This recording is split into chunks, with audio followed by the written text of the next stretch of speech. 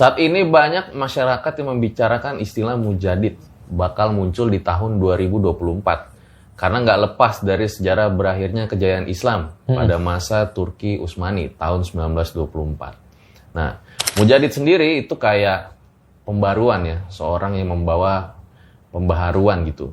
Dan ada hadisnya juga yang mengatakan bahwa sesungguhnya Allah akan menurunkan setiap permulaan 100 tahun seseorang kepada umat yang akan mengembalikan kegemilangan agama mereka. Hari ini kita udah kedatangan salah satu pakar yang biasanya bahas tentang sejarah Ottoman nih. Langsung aja kita sambut. Ya. Assalamualaikum Pak Ustadz. Waalaikumsalam. Monggo. Makasih nih udah mau datang ke Ria 5 Pak Ustadz. Setelah 100 tahun. Nah, karena berita ini banyak banget yang ngait-ngaitin nih. Kayaknya Imam Mahdi bakal muncul di tahun 2024. Menurut pandangan Pak Ustadz gimana? Ya, seperti setiap cerita punya yang dinanti-nanti ya. Mungkin bisa jadi mungkin setelah 100 tahun runtuhnya Islam, bisa jadi kemudian dibangkitkan oleh Imam Mahdi, bisa jadi. Bisa jadi ya? Bisa jadi. Kita tunggu nanti. Tahun ini berarti Mas? Bisa jadi juga. Karena ini 2024 kan. Nah, jadi 100 tahun sebelumnya Islam runtuh, sekarang bisa jadi kita lagi nunggu nih. Mungkin pada penasaran Pak Ustadz, contoh-contoh mujadid sebelumnya itu siapa aja sih gitu? Banyak ya, Imam Ghazali misalnya, itu adalah tokoh yang sangat berpengaruh sekali, dan beliau ini yang nanti menginspirasi kembalinya Baitul Maqdis ke tangan kaum muslimin. Contohnya lagi misalnya kayak ulama-ulama besar ya, Ibnu Taimiyah dan segala macam, itu dianggap sebagai mujadid daripada orang-orang gitu. Kayak Imam Syafi'i juga kalau Imam Syafi'i tentu saja. Yang terakhir itu berarti siapa Pak Ustadz? Kalau ini 2024 ya, 1900-an ada banyak sih ulama-ulama yang dikatakan sebagai mujadid. Cuman ya aku nggak bisa untuk tidak bisa untuk bersepakat mungkin ya dengan beberapa orang, karena kan orang kan ngelihat masing-masing ya.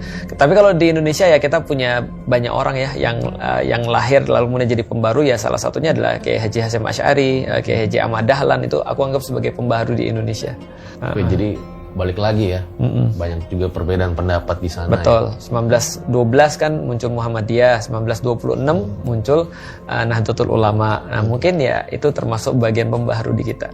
Oke, nah ini kan terkait dengan keruntuhan Ottoman tahun 1924 ya. Kita sama-sama tahu bahwa Ottoman itu kan sudah berkuasa 6 abad lamanya ya. Dan betul. Wilayahnya itu sangat luas sekali gitu Pak Ustadz ya. Sebenarnya apa sih penyebab keruntuhan Ottoman kalau menurut Pak Ustadz? Luar biasa ini pertanyaannya. Penyebab keruntuhannya itu aku bahas dalam satu pembahasan sendiri yang itu 1 jam lebih kayaknya. Tapi kalau kita bisa golongkan, itu ada satu buku yang menarik, judulnya Kaifa Hudimatil Khilafah, bagaimana runtuhnya khilafah waktu itu Utsmani, dan juga ada beberapa buku-buku yang membahas tentang keruntuhan Utsmani, seperti yang ditulis juga oleh Ali Muhammad As-Salabi ya, tentang bangkit dan runtuhnya khilafah Utsmani. Di situ setidaknya dibagi ada 2 sebab. Pertama adalah sebab internal dan yang kedua adalah sebab eksternal.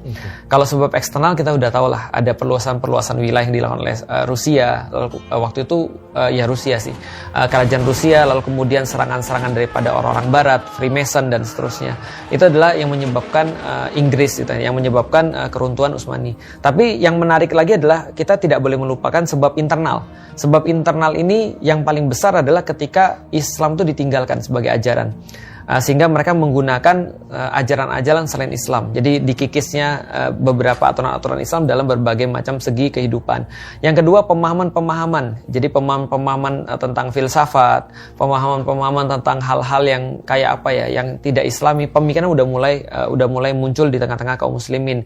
Ada juga yang membahas bahwasanya nasionalisme itu termasuk tuh yang akan nanti menjadikan orang-orang untuk bugot atau bugot itu memberontak dari kekhilafan Utsmani pada saat itu. Dan juga yang tidak kalah pentingnya bahasa Arab yang ditinggalkan. Nah, ketika bahasa Arab ditinggalkan, sedangkan agama Islam itu sangat bergantung pada pemahaman bahasa Arab, sehingga mereka tidak punya solusi terhadap problematika yang muncul pasca daripada revolusi industri. Nah, sehingga ya problem itu menumpuk, akhirnya mengakibatkan banyak hutang, akhirnya kemudian runtuh. Kenapa saat itu bahasa Arab ditinggalkan, Ustaz? Kalau kita membahas tentang kekhilafan Islam itu, setelah Rasulullah kan, maka kekhilafan itu dipegang oleh Khulafaur Rasyidin. Khalifah pertamanya Abu Bakar, yang kedua adalah Umar, yang ketiga adalah Utsman, dan yang keempat adalah Ali. Empat-empatnya ini orang Arab. Setelah kemudian Khulafaur Rasyidin kemudian berganti ke kekhilafahan Umayyah, yaitu keturunan daripada Muawiyah. Muawiyah ini juga orang Arab. Keturunan-keturunannya otomatis orang Arab. Yang paling terkenal adalah Umar bin Abdul Aziz tuh, yang sangat luar biasa. Lalu kemudian berganti lagi ketika kekhilafan Umayyah ini berganti menjadi kekhilafan Abbasiyah. Nah, kekhilafan Abbasiyah ini juga dipegang oleh keturunan orang Arab. Satu-satunya kekhilafahan yang bukan orang Arab adalah kekhilafan Turki Utsmani. Nah, artinya memang dari awalnya mereka tidak berbahasa Arab. Nah, memang betul perhatian-perhatian yang sangat besar itu ditunjukkan kepada bahasa Arab oleh kekhilafan Turki Utsmani. Tapi ada 2 nama setidaknya yang kita bisa katakan bertanggung jawab terhadap ditinggalkannya bahasa Arab sehingga tidak menjadi mainstream waktu itu di Utsmani. Pertama adalah Muhammad Al-Fatih, yang saya tulis sendiri karena di masa-masa beliau tuh kejayaannya tinggi sekali. Yang kedua Sulaiman Al-Qanuni, yang kemudian sama tingginya dengan beliau. Tapi sayangnya pemahaman tentang bahasa Arab tidak dilestarikan di zaman kedua ini, walaupun keduanya sangat hebat sekali dalam berbahasa Arab. Tapi setidaknya setelah Sulaiman ya turun pemahaman orang atas bahasa Arab. Jadi kira-kira begitu. Ya, tapi baik lagi itu kan tadi banyak sekali faktornya ya. Iya, betul. Keruntuhan ada internal, ada eksternal. Ini mungkin yang para penonton ini juga penasaran gitu ya.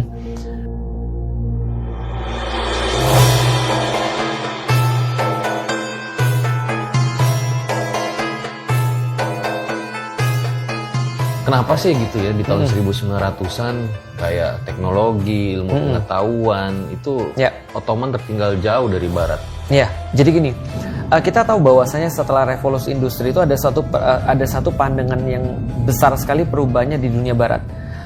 Pasca daripada Renaissance, mereka memandang betul bahwasanya kita selama ini gagal gara-gara agama. Jadi jangan pakai agama dalam kehidupan kita.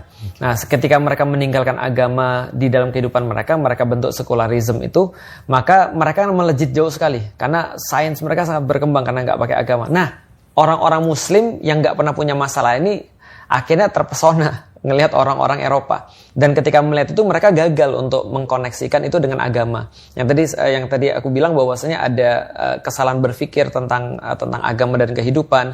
Ada konsep-konsep yang akhirnya masuk yang bukan berasal daripada Islam, sehingga mereka ngelihat kemajuan ini akhirnya terpecah belah juga. Dan tidak ada yang bisa menyelesaikan ulama-ulama pada saat itu. Karena banyak pembahasannya tidak nyambung. Contoh misalnya kayak gini ya. TV muncul di Barat. Orang Muslim nyikapinya gimana?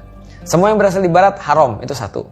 Yang kedua, enggak, semuanya boleh, 2. Ada yang kemudian yang ketiga bilang, kenapa kita membicarakan ini, kita tuh yang penting akhirat aja, problem lagi. Akhirnya mereka nggak bisa menyikapi ini dengan betul. Padahal kalau sekarang kita bisa menyikapi kan ya, mana yang haram, mana yang halal kita sudah bisa tentuin. Contoh misalnya ya, kalau sekarang kalau ada yang datang dari Barat, gampang aja. Kita tidak mengatakan semua yang datang dari Barat itu bid'ah. Karena tidak ada di zaman Rasul misalnya. Handphone nggak ada di zaman Rasul, bid'ah. Zaman dulu orang begitu. TV nggak ada di zaman Rasul, bid'ah. Ini kotak-kotak setan, ada fatwanya. Zaman itu kayak gitu, Pak Ustaz? Zaman itu kayak gitu. Penyikapan terhadap apapun yang datang dari Barat itu ada yang membolehkan semua, permisif. Ada yang melarang semua karena menganggap itu adalah datangnya dari Barat. Nah, jadi penyikapan terhadap ini kan tidak ada yang berdasarkan agama yang benar sebenarnya. Nah, ada yang membahas semua ini terjadi karena dulu pintu ijtihad itu ditutup. Jadi orang nggak boleh berijtihad. Balik lagi pemahaman atas bahasa Arab yang kurang, pemahaman atas agama yang kurang, sehingga mereka menyikapi satu fakta bingung menyikapinya seperti apa, sehingga either mereka tolak semuanya atau either mereka membolehkan semuanya, kan gitu. Itu adalah yang terjadi di Utsmani. Nah, sehingga pada saat itu orang-orang Utsmani itu benar-benar nggak bisa keep up dengan kemajuan yang dibuat oleh orang-orang Barat pasca Renaissance, dan akhirnya muncul penolakan terhadap agama juga di Barat. Jadi orang-orang bilang apa penyebab keruntuhan Utsmani dan kenaikan Barat atau bangkitnya Barat itu diakibatkan oleh sesuatu yang sama, meninggalkan agama. Jadi kalau Utsmani meninggalkan agama hancur, Barat meninggalkan agama malah naik. Nah, jadi itu penyebabnya karena ya pemahaman, balik lagi. Karena saya meyakini kenyataan itu atau realitas itu adalah efek daripada apa yang ada di dalam kepala kita. Kalau di dalam kepala kita beres, realitas kita beres. Tapi kalau realitas kita nggak beres, pasti ada di kepala kita yang problematik. Misal ya, di Utsmani itu menjerang keruntuhannya. Menarik sekali, fakta itu menunjukkan kepada kita bahwa sultan-sultan justru membangun infrastruktur itu sangat berlebihan. Istana Dolmabahce dibangun pada saat itu. Istana apalagi Ciran, istana apalagi Beylerbey itu dibangun pada saat itu mewah sekali. Dolmabahce itu bahkan dicat dengan emas. dikasih chandelier yang puluhan miliar, gitu kan ya. Lah kenapa bisa muncul seperti itu? Padahal pemikiran-pemikiran ini nggak ada di masa lalu. Karena orang-orang Utsmani waktu itu melihat bahwasanya Barat bangkit dengan istana-istana yang mewah. Maka mereka pikir istana-istana mewah atau infrastruktur adalah penyebab kebangkitan. Mereka lupa bahwasanya Rasul mengajarkan di masa lalu bahwa infrastruktur itu adalah hasil kebangkitan, bukan sebab kebangkitan. Jadi ya panjang sih, tapi kalau kita bicara singkat apa? Kesalahan pemahaman tentang kehidupan, tentang agama, itu mengakibatkan kita jauh sekali di bawah Barat pada saat itu. Nah, kalau kita mau bukti, lebih menarik lagi di masa Golden Age, di masa kemasan peradaban Islam. Justru pada saat itu orang-orang Barat meninggalkan warisan-warisan Yunani, warisan-warisan Romawi, dan Islam yang mengembangkan itu. Kenapa? Karena mereka melihat bahwasanya suksesnya mereka di akhirat tergantung tentang kesuksesan mereka di dunia. Begitu mereka mau sholat, mereka pikir ini kiblatnya kemana? Maka kita harus tahu tentang perbintangan. Ketika mereka merasa Allahu Akbar, sebentar kita belum wudhu ya. Mereka harus tahu bagaimana cara ngangkat air dari bawah ke atas. Ketika mereka kemudian melihat seluruh ibadah-ibadah mereka ternyata terkait betul dengan sains, maka mereka mengembangkan sains. Nah itu yang nggak ada di zaman Utsmani menjelang keruntuhan. Iya, waktu itu kan sangat maju sekali ya, bahkan pemikiran-pemikiran gitu kayak quotes-quotes itu dulu lahirnya justru dari pemikir-pemikir Islam. Betul. Bahkan ya semualah kamera sederhana, kamera obscura itu lahir dari Muslim.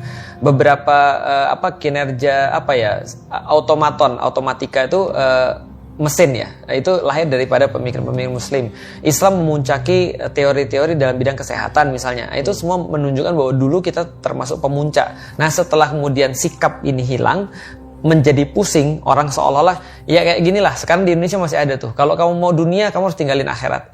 Kalau kamu mau dunia, jangan jadi agamawan. Kalau kamu jadi agamawan, siap-siap miskin.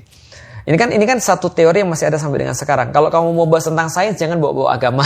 Kalau kamu mau bahas tentang agama, jangan bawa-bawa tentang sains. Contoh yang paling nyata, flat earth.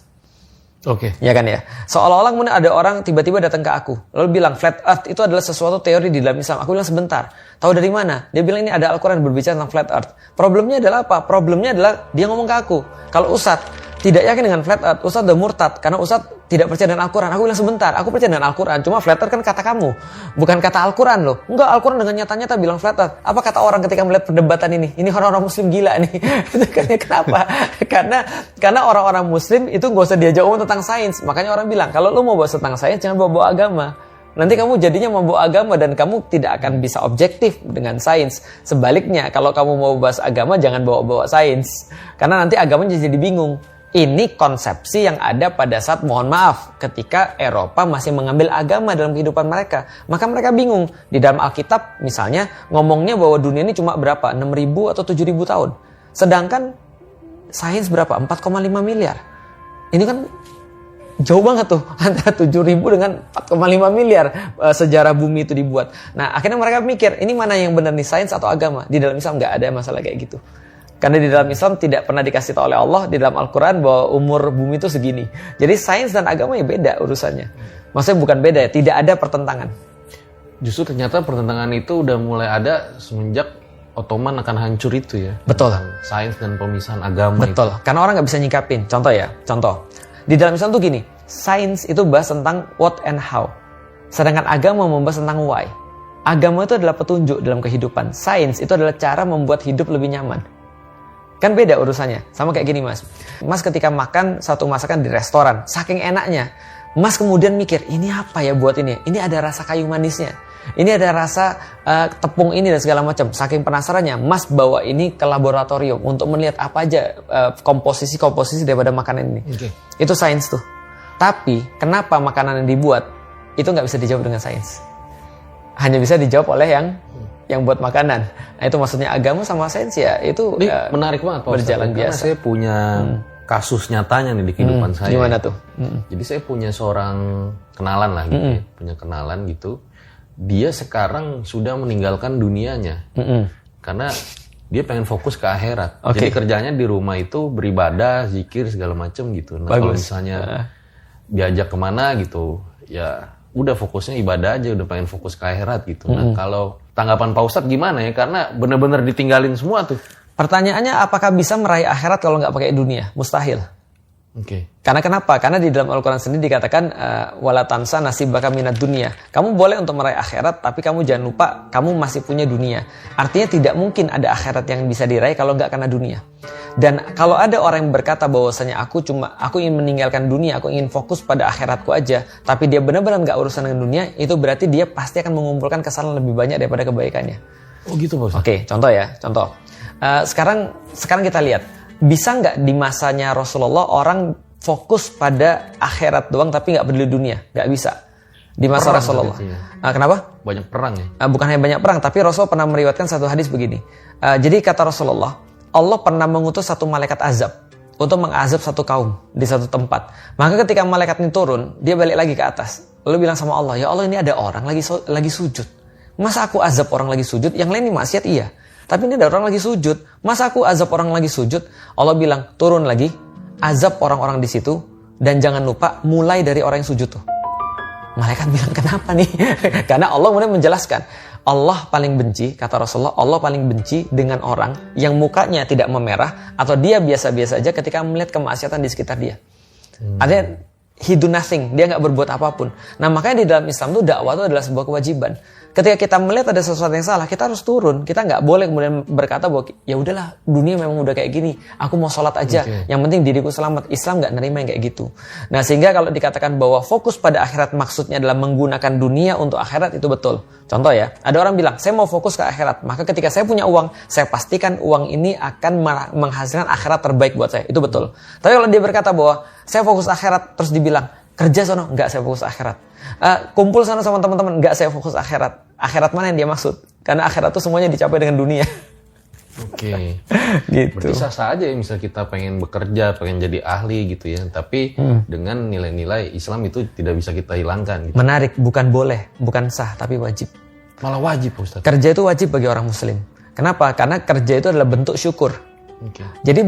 Jadi kerja itu di dalam Islam tidak ada hubungan dengan rezeki, tapi adalah bentuk syukur. Makanya di dalam Al-Quran dikatakan i'malu ala Dauda syukron wa qalilum min ibadiyah syakur. Bekerjalah wahai Daud untuk bersyukur pada Allah. Karena sedikit sekali hamba-hambaku yang mau bersyukur. By the way, Daud itu raja loh. Dia semua punya tuh di tempat itu. Dia nggak usah kerja juga dia udah bisa hidup. Tapi kenapa Allah suruh dia bekerja? Ya kan kamu punya 2 tangan, kamu punya 2 kaki, mboknya kerja. Kenapa? Supaya bersyukur pada Allah sudah dikasih tools gitu maksudnya. Nah, orang muslim juga wajib bekerja. Jadi dia tidak bisa bilang bahwa wah saya fokus ada pada akhirat saya. Itu nggak bisa ya. Berkarya itu wajib. Ini seru banget ya sama Pak Ustadz ya. Dari bahas Ottoman sampai kejadian kerja ya. kenalan gue tadi. Nah ini kita balik lagi Pak Ustadz ke zaman Ottoman ya. Saya itu nonton series Sultan Abdul Hamid 2. Oh, biasa Paitat. Iya. Apa Paita ya? Paitat Abdul Hamid. Paitat ya. Nah di film itu kan ada cuplikan ya. Musuhnya Ottoman saat itu Theodor Herzl ya meminta sebidang tanah di Palestina gitu. Betul. Dan dia melakukan gerakan bawah tanah yang justru kalau di film ya banyak pengkhianat tuh dari Ottoman sendiri. Betul. Gitu, di lingkaran istana gitu. Pandangan Pak Ustadz gimana tuh? Ya, justru menarik dalam sejarah justru membuktikan bahwasanya setiap episode yang terjadi itu melibatkan para munafik. Melibatkan para pengkhianat. Sejarah Indonesia juga sama, Mas. Gitu kan ya. Coba lihat di Ponorogo, gitu, lihat kemudian Cut Nyak-Din dan segala macam. Itu sejarah-sejarah semua diwarnai dengan pengkhianat-pengkhianatan. Makanya di dalam Islam itu Allah seolah-olah memperingatkan bahwasanya yang kamu harus khawatirkan tuh ada 2 orang. Yaitu adalah yang pertama adalah orang-orang kafir, yang kedua adalah orang-orang munafik. Dan ternyata orang-orang kafir ini inferior dibandingkan orang munafik. Karena orang kafir jelas, orang munafik ini bersembunyi di antara kita. Kapan mereka muncul? Ketika situasi-situasi lagi panas. Seperti kemudian impurities itu naik ketika emas dipanaskan. Maka kemudian ya kenapa orang memanaskan emas kan supaya kotoran-kotorannya kan hilang ya. Nah, naik ke atas. Nah, itu ketika sama kayak kemudian di zaman-zaman juga sama. Nah, ketika zamannya Abdul Hamid, Freemason atau orang-orang Yahudi ini mengambil peran yang sangat besar memang dalam keruntuhan Utsmani. Dan memang akhirnya ya pengkhianat-pengkhianatnya selalu dari dalam. Kenapa mereka berkhianat? Nah, mereka berkhianat cuma bisa ya karena kalau nggak tahta, kalau nggak harta, ya karena wanita. Itu aja. Tapi nggak ada orang yang berkhianat karena keimanan tuh nggak ada. Makanya sebenarnya kalau aku berpikir andai kan pemimpin itu mau tahu tentang bahaya-bahaya, mereka akan tahu bahwa bahaya paling besar itu adalah salah satunya pengkhianatan. Dan untuk menanggulangi itu, orang bisa pakai agama supaya tidak ada pengkhianatan. Gitu. Nah, si Theodor Herzl itu kan belakangan dikenal sebagai bapak Zionis gitu ya. Apakah gerakan-gerakan bawah tanahnya dia saat itu sangat berpengaruh sampai Ottoman itu bisa runtuh? Ini di luar internalnya sendiri yang udah bermasalah ya. Salah satu pembahasan faktor eksternal yang menyebabkan keruntuhan Utsmani adalah Freemason. Karena Freemason itu adalah terhubung di seluruh dunia. Mereka kan canggih sekali ya. Gerakan Freemason ini gerakan orang-orang Yahudi ini para sejarawan bilang kelebihan mereka adalah dua. Satu, mereka merencanakan dalam jangka panjang. Yang kedua, mereka mengeksekusi rencananya dengan konsisten. Jadi nggak kayak kita. Nah, jadi ada perkara-perkara yang kita lihat tentang Freemason ini, dia menjadi problematika yang sangat besar bagi orang-orang Muslim pada saat itu di Utsmani. Kenapa? Karena Freemason ini ada dua kelebihan mereka. Pertama, bukan Freemason ya, Yahudi. Itu ada dua kelebihan mereka menurut para sejarawan. Pertama adalah mereka merencanakan dalam jangka panjang. Yang kedua, mereka mengeksekusi secara konsisten. Nggak seperti kita. Kalau kita tuh sudahlah nggak mau rencana, ketika eksekusi berantem, gitu kan? Itu kita. Nah, mereka tuh melakukan semuanya dengan sangat smooth sekali. Karena itulah termasuk salah satu kekuatan Yahudi yang paling besar dalam perencanaan dan eksekusi adalah finansial. Dan itu mempengaruhi besar sekali dalam masalah Utsmani. Dan itu yang terjadi pada Theodor Herzl ketika dia melakukan gerakan-gerakan bawah tanah. Dia mengeksekusi perpecahan yang terjadi pada kaum muslimin. Salah satunya adalah dengan munculnya gerakan Turki Muda. Turki Muda tuh munculnya di mana? Mereka munculnya di Prancis dan kemudian dikasih tempat di loji-loji Freemason. Nah, ini kan menyebabkan masalah internal juga ya kepada mereka. Jadi ya itu dalam sejarah besar sekali sih pengaruhnya Freemason ini. Freemason itu sebenarnya apa sih Pak Ustadz? Mungkin pada penasaran ya, apakah sekarang masih ada atau gimana? Freemason sampai sekarang masih ada. Kan serikat Mason bebas. Itu kan adalah, jadi gini, kalau ceritanya panjang tapi saya coba singkat ya. Orang-orang Yahudi ketika mereka terpecah belah setelah tahun 135, mereka di-ban dari Baitul Maqdis, mereka nggak bisa masuk, mereka mencar ke seluruh Eropa. Nah, salah satu yang mencarnya itu adalah ke daerah Irlandia, lalu kemudian mereka masuk ke Inggris dan segala macam. Nah, disitulah mereka kemudian bentuk yang namanya Freemason. Di tempat yang lain namanya Illuminati, di tempat yang lain Knights Templar, yang tempatnya Knights Teutonic dan segala macam. Jadi ada banyak lah, tapi mereka satu, nanti mereka berkoordinasi. Nah, maka serikat Mason bebas atau Freemason ini juga pernah ada di Indonesia. Makanya pernah dilarang sama Soekarno. Zaman Belanda dulu ya? Zaman Belanda. Dan akhirnya dicabut sama Gus Dur larangannya itu. Serikat Mason bebas. Nanti coba baca di sejarah aja ya. Itu ada. Dan ada lojinya juga. Ada loji, salah satu loji Bintang Timur yang sekarang jadi Bappenas. Itu dulu lojinya Freemason untuk perempuan. Nah, jadi ya itu adalah semacam kayak organisasi-organisasi yang mereka itu berusaha untuk mempengaruhi jalannya pemerintahan pada saat itu. Nah, termasuk ketika di Utsmani gerakan Turki Muda dan gerakan-gerakan yang menentang pada Sultan Abdul Hamid pada saat itu ya difasilitasi oleh Freemason.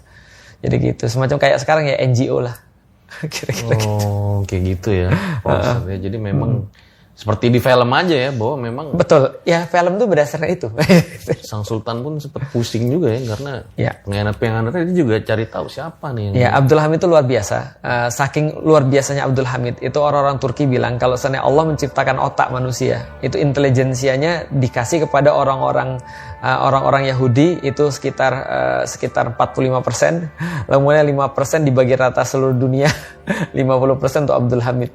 Karena saking parahnya dia mengatasi problematika pada saat itu. Kan beliau mewarisi hutang yang sangat besar sekali ya. Hutang besar, kondisi internal carut marut, hingga dia harus memapas hutang itu sampai 50%. Jadi kinerjanya sangat luar biasa bagus. Cuman ya karena tadi kan ya ada banyak orang-orang munafik, banyak orang-orang mata-mata intelijen dan segala macam yang disusupkan, banyak pengkhianat. Akhirnya kan ketika Sultan Abdul Hamid diturunkan, yang menarik adalah mereka semuanya akhirnya datang ke Sultan Abdul Hamid. Lalu berkata dengan penyesalan bahwasanya kami dulu menurunkan kamu, memang kami terprovokasi.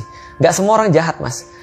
Kami terprovokasi dan mereka bilang, apa kesalahan kami? Kesalahan kami adalah kami cuma mau nurunin kamu, tapi kami gak tahu harus berbuat apa setelahnya.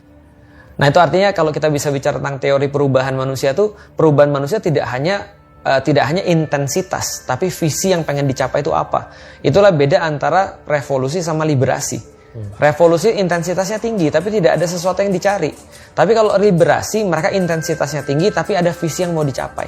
Nah, liberasi itu dilakukan oleh Rasulullah ketika peradaban Islam memimpin. Revolusi dilakukan oleh orang-orang Perancis misalnya ketika membebaskan diri mereka dari agama. Jadi next step-nya nggak tahu apa ini. Nah, termasuk juga ketika Sultan Abdul Hamid diturunkan. Makanya akhirnya beliau disebut sebagai singa terakhir Ottoman ya. Ya, apa namanya? Kalangan menyebut itu ya. Betul, disebut sultan terakhir. Karena setelah itu sultan-sultannya adalah sultan-sultan yang menjadi dalam tanda kutip boneka. Untuk kepentingan yang bukan kepentingan, jadi tidak mandiri, tidak merdeka, gitu.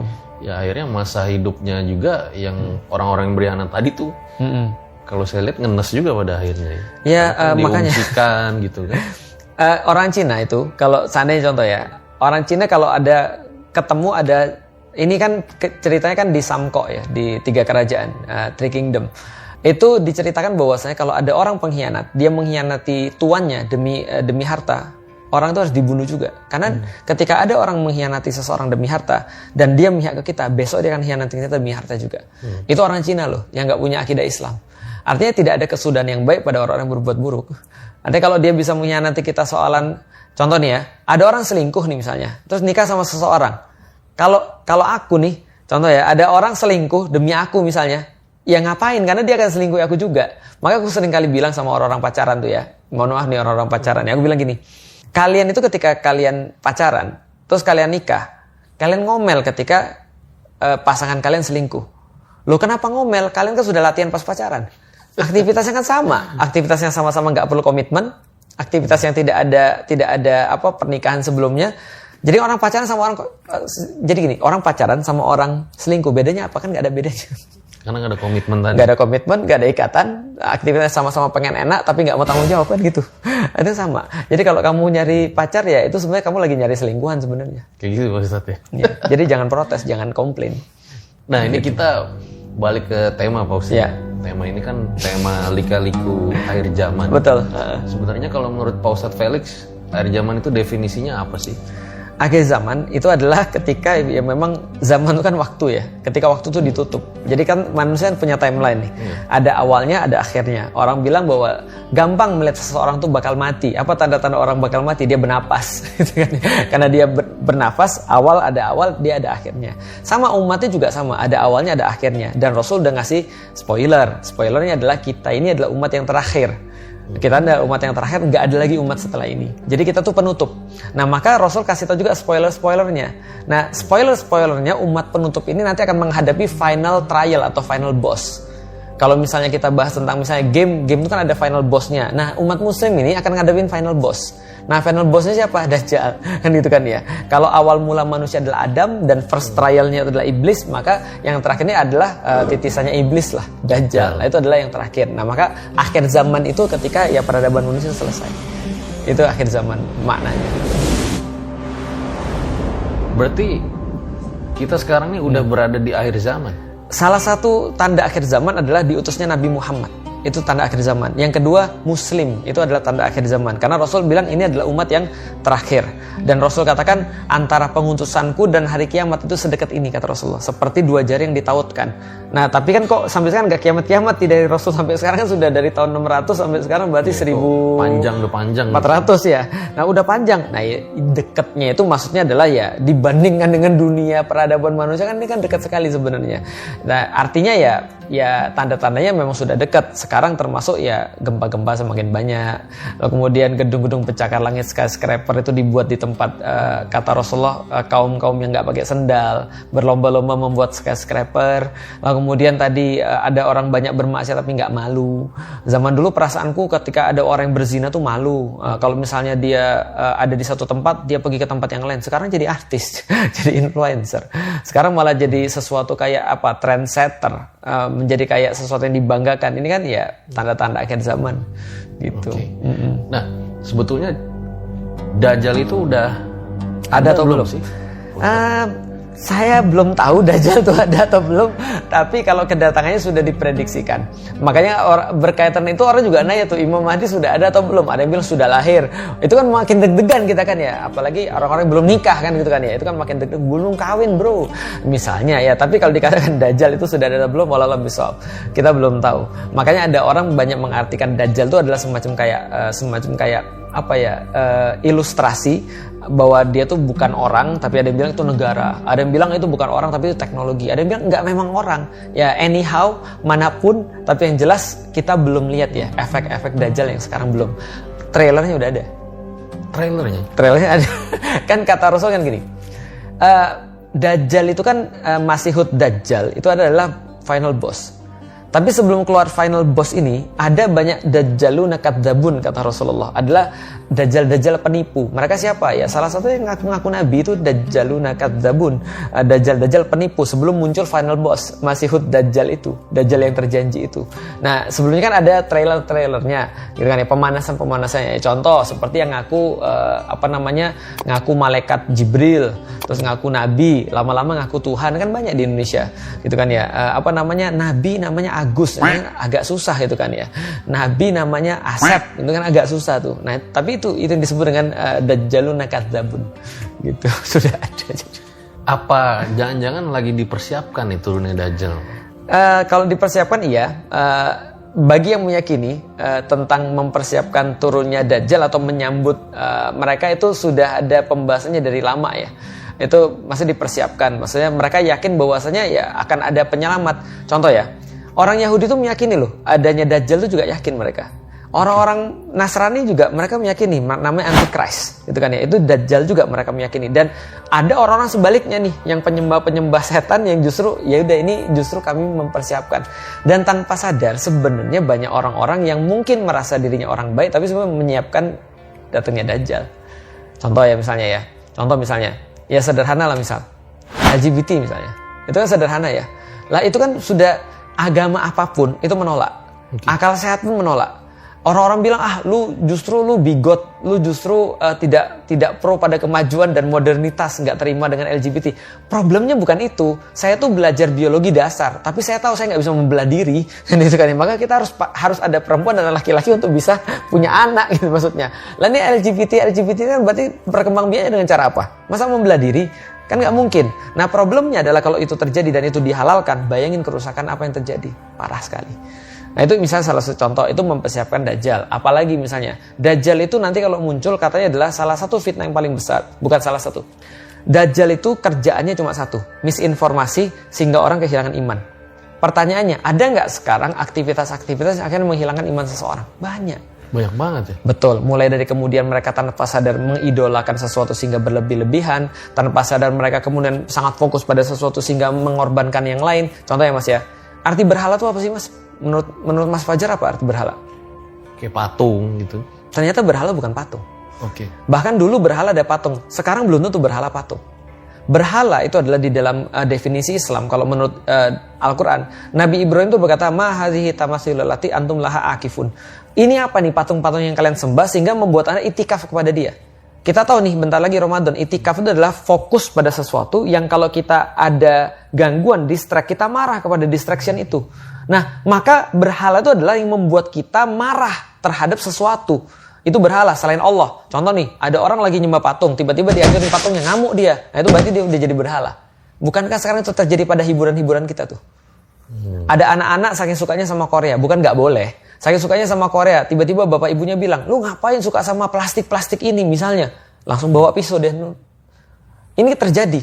Ada yang ngamuk sama ibu bapaknya gara-gara dalam tanda kutip idolnya dihina. Kan gitu. Nah ini kan berarti sudah jadi berhala baru toh. Oke. Manchester United. Kayak disembah gitu ya. Saya kan penggemar Manchester tuh, gitu kan ya. Tapi kan, ya sekarang kan lagi sedih tuh. Nah tapi kan ada orang-orang yang nonton bola sehingga dia benar-benar kayak apa ya, ributnya jadi bola. Ada pendukung Manchester City, lalu kemudian ngebully pendukung Manchester United. Wah, gua lo dan segala macam. Sekarang lu kalah mulu dan segala, nggak ada gunanya. Marah gara-gara bola, stres gara-gara bola, mukul orang gara-gara bola. Bukannya bola jadi berhala jadinya. Orang tarekam, kan ya, duit jadi berhala. Pilpres, apa nggak sama? Orang dulu berantem gara-gara patung nih, gitu kan ya. Tentang Tuhan siapa yang lebih hebat. Sekarang orang berantem gara-gara pilpres, luar biasa. Kemarin di Palembang kejadian apa? Seorang anak mukul bapaknya sendiri, gara-gara beda pilihan pilpres. Kan masuk akal, gitu kan ya. Ini salah satu contoh. Akhirnya ini persiapan udah mulai muncul. Kadang-kadang kita nggak sadar kita udah dipersiapkan. Pak Ustadz ini MU ya? Ya saya MU, tapi saya termasuk MU yang alhamdulillah yang reasonable gitu kan. Saya dulu Milan, Pak Ustadz. Oh gitu. Dulu kan 3-0. Inter atau AC? AC Milan. AC Milan. Iya, Berarti berarti di situ dibantai lagi sih. Zaman dulu ya berarti ya. Iya. Nah, nanti tuh kalau misalnya Dajjal turun gitu ya, Ya. Pak Ustadz ya. Yang harus dipersiapkan tuh apa sih? Ada satu hadis panjang banget hadisnya tentang Dajjal. Kata Rasulullah, ini aku singkat-singkat aja ya. Kata Rasulullah, tidak ada satupun nabi dan rasul itu diturunkan kecuali memperingatkan tentang final boss ini. Pasti akan ngasih tahu. Ini akan ada final boss yang keluar namanya Dajjal. Nah, jadi terus kemudian kata Rasulullah, kalau aku nanti ada di sisi kalian, aku pasti akan bela kalian. Tapi kalau aku tidak ada di sisi kalian, maka setiap orang adalah kemudian tergantung dirinya sendiri. Jadi you're on yourself, seolah-olah gitu. Nah, maka apa kata Rasulullah dipersiapkan? Kata Rasulullah, ketika Dajjal itu datang, jangan lupa bacain surat Al-Kahfi 10 ayat yang di awal. Itu kan ya. Nah, jadi kalau misalnya ada orang bilang kalau Dajjal datang nanti kita lari. Rasul nyuruh malah kalau ketemu dibacain tuh di depan mukanya. Kalau aku guyon dikit gini kan, Dajjal kan katanya matanya cuma satu tuh, dan dia kan bisa menjanjikan banyak hal termasuk ngidupin orang. Nanti dia akan bakal ngomong tuh sama orang, kalau kamu punya bapak ibu, nggak ada, udah meninggal, kalau aku hidupin lagi kamu akan yakin nggak aku Tuhanmu? Aku yakin kamu Tuhanmu. Kalau bisa hidupin lagi, dihidupin sama dia. Setelah dihidupin muncul terus kemudian bilang, aku Tuhanmu bukan, kamu Tuhan aku. Itu kata orang tadi.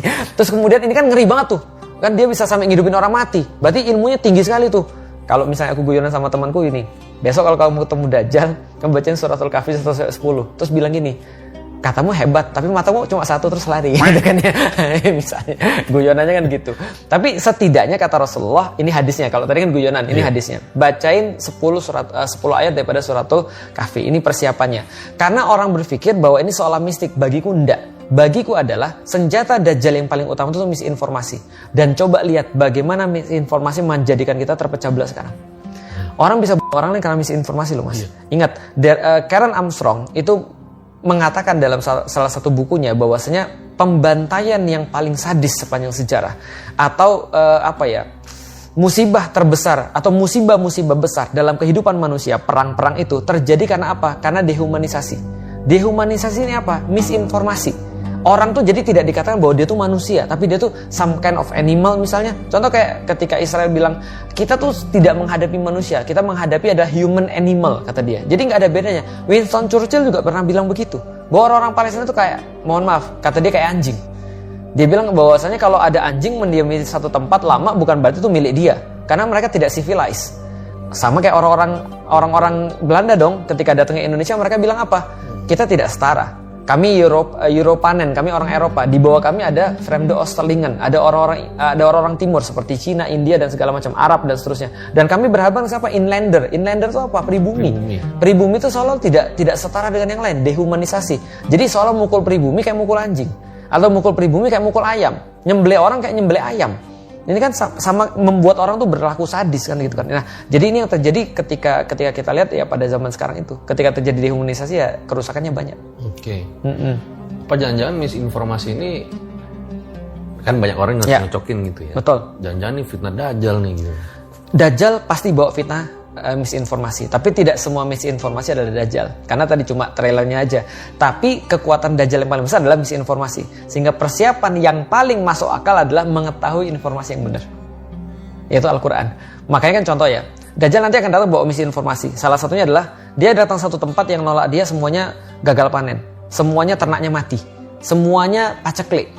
Tapi begitu nerima dia, turun kemudian hujan, tumbuh-tumbuhan. Sehingga orang bilang, ini kayaknya nabi nih, atau ini kayak Tuhan ini. Nah itu kan misinformasi tuh. Maka Islam kemudian ngasih satu kredo. Tidak ada yang bisa menyengsarakanmu selain Allah. Kalau apa yang Allah beri, berarti itu yang Allah beri. Kalau Allah tahan, berarti itu yang Allah tahan, bukan manusia. Nah maka orang mukmin sadar ketika paceklik pun ya udahlah. Kalau memang ini ujian daripada Allah, aku tetap nggak mau beriman pada Dajjal. Nah, jadi Islam ngasih informasi yang benar. Itu adalah obat terbaik untuk misinformasi. Iya, karena ada juga yang analisa gitu, Pak Ustadz ya. Kan mungkin selama ini kita mikir ya, krisis pangan itu gimana caranya gitu kan. Ternyata dikaitkan sama global warming gitu. Nah, nanti suhu meningkat segala macam, air jadi nggak ada gitu. Food war ya. Nah, itu katanya disebutkan ya sama beberapa ilmuwan itu tahun kalau nggak salah 2050. Iya, segituan 50, Krisis 60, pangan. 70, 80 gitu. Ya, ketika terjadi banyak hal di bumi sehingga kemudian ya pangan itu jadi krisis. Ya, orang bisa menjelaskan sama kayak gini. Orang bisa bilang gini, apa sih kemudian yang dimaksud dengan Dajjal itu bisa ngidupin orang? Ya bisa jadi VR, AI. Kan orang bisa jadi nggak bisa bedain lagi. Pernah nonton film-film kayak Inception dan segala macam, orang nggak bisa bedain mana reality, mana yang asli. Iya, Reality mana yang VR kan? Video kitanya nih bisa versi bahasa Inggrisnya bisa ada loh, Mas. Betul. Suara kita versi bahasa Inggris nanti. Lah, Ya. aku udah dibuatin banyak banget iklan judi. Ya kan, dengan AI kan gitu kan ya. Orang nggak bisa bedain lagi. Maksudnya? Itu misinformasi. Situs ini dibuat langsung oleh sahabat saya, Koden Muslim. Karena situs UFC Slot 99 ini berbasis syariah. Jadi bisa disebut judi slot syariah.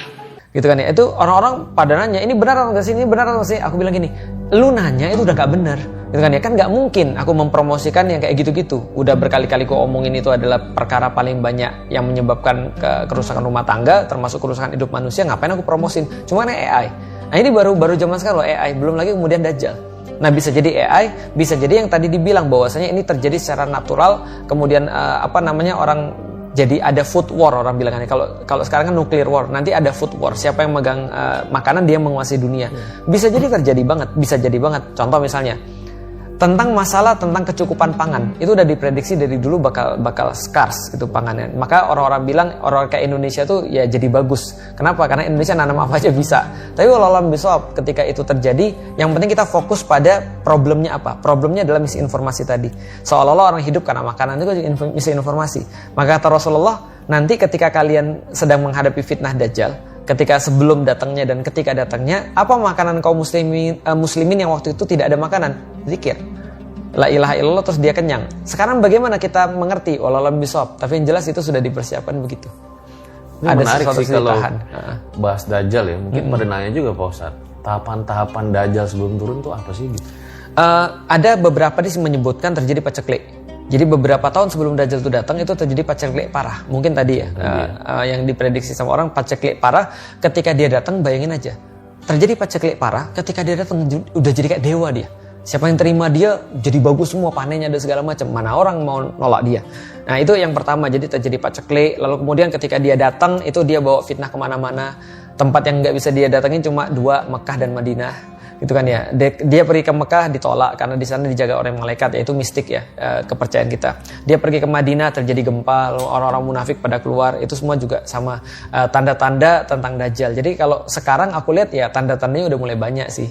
Tandanya udah mulai banyak, cuman orang-orang yang jadi orang muslim itu dipastikan dan disiapkan untuk menghadapi, bukan larut dalam ketakutan. Jadi gitu. Jadi intinya bersiap aja ya.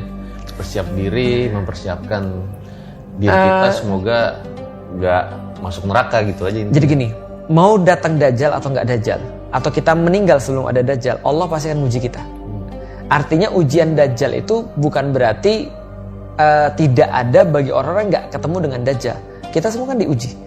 Kayak kemarin ada orang yang bilang, saya tuh diuji, misalnya contoh, kita itu didatangkan pada kita cewek cakep di depan kita misalnya. Lalu cewek ini suka pula sama kita tuh. Padahal kita sudah punya istri misalnya. Nah itu kan sebuah ujian juga. Dan kita untuk menanggulangi ujian ini kan ingat Allah. Sama kayak Dajjal kan persis kan. Cuma Dajjal lebih parah aja. Tapi ujiannya tetap ada. Kiamat. Orang nggak ngelihat hari kiamat juga akan menghadapi kiamat kecil, yaitu adalah kematian. Efeknya sama. Kiamat itu apa? Memutus kita daripada masa depan atau amal-amal kita. Nah sekarang yang kita fokuskan bukan kiamatnya, bukan matinya. Maka hidup yang fokus pada kematian itu adalah hidup yang sangat sengsara menurutku. Karena dia takut doang dan nggak bisa berbuat apa-apa. Tapi orang yang memfokuskan pada kehidupan, itu kematiannya akan jadi bagus. Gitu. Jadi intinya fokus aja di hari ini gitu lah. Benar, fokus di hari ini, fokus persiapan. Apa yang Rasul minta kita untuk lakukan, baca suratul Kahfi setiap pekan. Hafalkan 10 ayat yang di awal. Tapi bukan hanya hafalannya, tapi pengertian kita bahwasanya suratul Kahfi itu isinya kayak apa. Karena setelah kita lihat suratul Kahfi itu isinya adalah sebuah penangkal terhadap misinformasi. Itu. Oke, sip.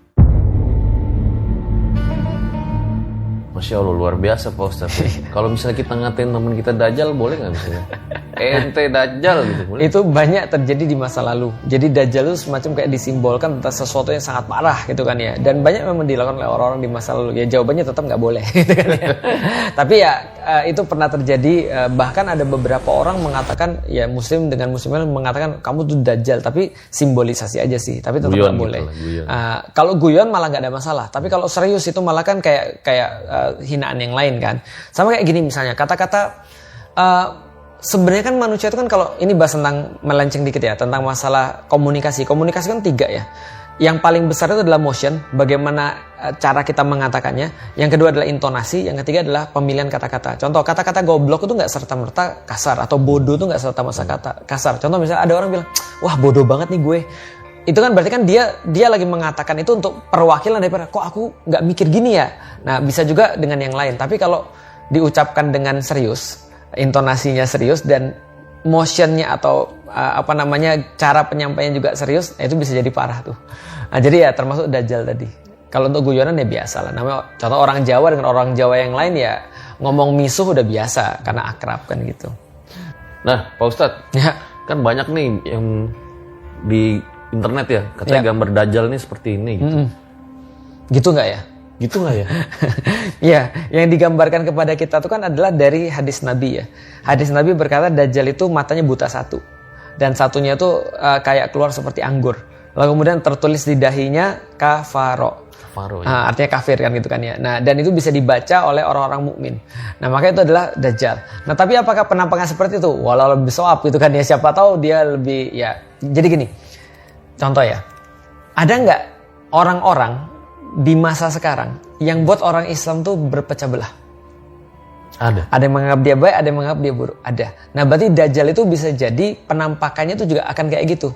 Rapi, gitu kan, lalu ganteng dan segala macam. Bisa jadi. Tapi yang setidaknya Rasul gambarkan matanya satu, lalu kemudian tertulis di dahinya kafaro.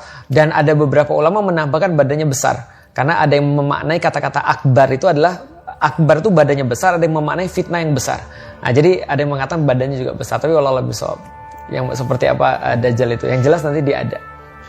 Nah, ini kita menyikapi kondisi yang lagi terjadi belakangan, Pak Ustadz. Betul. Ya. Kan ada sebuah hadis yang bilang bahwa nanti umat Islam itu akan jadi pasukan-pasukan gitu ya. Ya. Ada pasukan di Syam, di Yaman, Ya. satu lagi di Irak. Betul. Apa itu sekarang udah atau lagi terjadi? Sekali lagi walau lebih sob, karena pembahasan waktu itu bukan hak kita. Kita cuma bisa melihat bahwasanya apakah ini termasuk indikasinya. Jawabannya iya. Karena yang sudah pasti adalah bahwasanya episode akhir zaman ini akan unfold di Syam.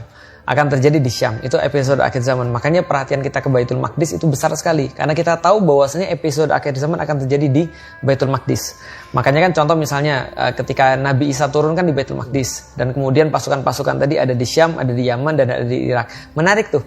Ada kemudian ketika ditanya oleh Ibnu Hawalah, pilihkan pada kami ya Rasulullah pasukannya. Kata Rasul, bagimu di Syam. Pilihlah pasukan di Syam. Kenapa? Karena di situ ada orang-orang terpilih dan tempat itu dipilih oleh Allah. Kalau tidak bisa maka pilihlah Yaman. Dan kemudian kasih makan kasih makan kuda-kuda dan ternak kalian dari air-air di Yaman. Yang ketiga ada orang yang nanya dalam hadis yang lain, gimana dengan Irak ya Rasulullah? Kata Rasul, di situ akan terjadi fitnah yang besar. Dan kemudian munculnya tanduk setan. Itu kan di Najd. Najd itu ada yang bilang di Irak, ada yang bilang di Saudi yang sekarang. Tapi wallahualam bishawab.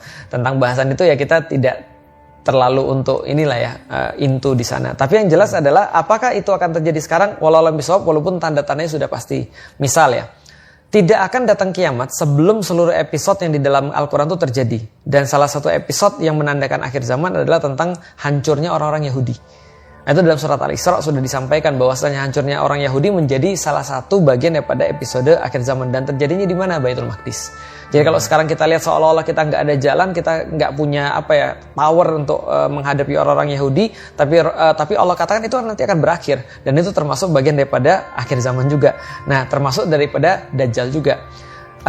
Ada satu hadis yang diriwayatkan oleh Ibnu Hawalah juga kalau nggak salah, atau Ummu Syuraik nggak salah, Ummu Syuraik nanya pada Rasulullah. Ummu Syuraik nanya begini, ya Rasulullah, waktu terjadi fitnah Dajjal ini di mana orang-orang Arab? Kata Rasulullah, orang Arab ada, tapi jumlahnya sedikit. Mereka berkumpul di Baitul Maqdis dan diimami oleh seorang pemuda soleh yang mungkin kita artikan sebagai Imam Mahdi. Lalu kemudian suatu waktu ketika sholat subuh, waktu itu imam sudah maju dan kemudian mau sholat subuh, kata Rasulullah, maka Nabi Isa turun. Dan kemudian datang ke masjid itu, Masjidil Aqsa, lalu kemudian melihat bahwasanya sudah ada imamnya yang sudah mau maju. Imamnya mundur, mempersilakan Nabi Isa untuk maju jadi imam. Tapi kemudian Nabi Isa berkata, enggak, kamu aja yang imam. Ini urusan kamu. Ini adalah hal yang memang sudah dicatat untuk kamu. Lalu ketika sudah terjadi sholat subuh di situ, lalu kemudian Nabi Isa bilang buka pintu. Pas mereka buka pintu ternyata Dajjal udah di situ tuh. Sudah nungguin sama 70.000 Yahudi Bani Isfahan. Lalu kemudian setelah Nabi Isa keluar ngelihat Dajjal badannya lumer setengah. Karena tatapan Nabi Isa itu kayak apa ya? Kalau kata Rasulullah seperti garam kena air. Jadi tatapannya tuh kayak air, Dajjal tuh kayak garam. Sekarang mengibaratkan haki itu kayaknya tuh, haki emperor gitu kan. Langsung kabur, akhirnya ditemui sama Nabi Isa di pintu Lut, lalu kemudian dibunuh di situ. Nah, jadi unfoldnya juga ada di Baitul Maqdis. Makanya ya perhatian kita tetap pada Baitul Maqdis karena unfoldnya semua terjadi di situ. Jadi Rasul ngasih kita hadis itu untuk memperhatikan Syam, memperhatikan Yaman, karena di situ pilar-pilar keimanan. Syam Palestina. Syam itu salah satunya Palestina. Palestina itu salah satu bagian daripada Syam. Jadi kalau Syam itu disebut oleh orang Inggris crossroads of the world. Jadi persimpangan dunia. Karena dari Asia, Eropa, Jazirah, Afrika dan segala macam itu lewatnya di situ. Syam itu berarti apa aja Pak Ustadz? Kalau sekarang itu Palestina termasuk Syam, Yordan termasuk Syam, Libanon Syam, Suriah Syam, apalagi di situ sebagian Turki Syam. Turki bagian tenggara itu Syam. Jadi Syam itu persimpangan dunia. Gitu ceritanya. Ya karena mungkin selama ini orang ngira Syam itu Palestina gitu ya. Suriah itu Syam. Terdiri dari berapa banyak ya? Betul, banyak sekali. Makanya kalau sekarang orang Suriah ditanya Syam itu apa ya, Damaskus dan sekitarnya. Nah, tapi kalau kita lihat di masa Rasulullah yang dimaksud dengan Syam adalah tanah yang menjadi persimpangan dunia itu. Jadi bayangin kalau ada peta dunia, orang dari Mesir mau ke Eropa harus lewat Syam. Orang dari Eropa mau ke Mesir lewat Syam. Eropa ke Asia lewat Syam, Jazirah ke atas lewat Syam, semua melewati crossroads of the world. Atau kalau orang bilang cradle of civilization, jadi rahim peradaban munculnya di situ, Mesopotamia, gitu. Oke, makasih Pak Ustadz udah ngasih banyak daging banget nih. Mudah-mudahan manfaat. Ya. Makasih, sehat-sehat selalu Pak Ustadz. Insyaallah, jazakumullah khair. Thank you. Nah itu dia guys, episode Lika-Liku Akhir Zaman bersama Ustadz Felix Show ya, dimana mungkin kalau yang bisa gue tangkap nih, jadi ya apakah kita akan ikut pada akhir zaman atau tidak ya nggak ada yang tahu ya. Intinya kita persiapkan aja diri kita sebaik-baiknya mulai dari hari ini. Gue Fajar Aditya, RJ5 undur diri.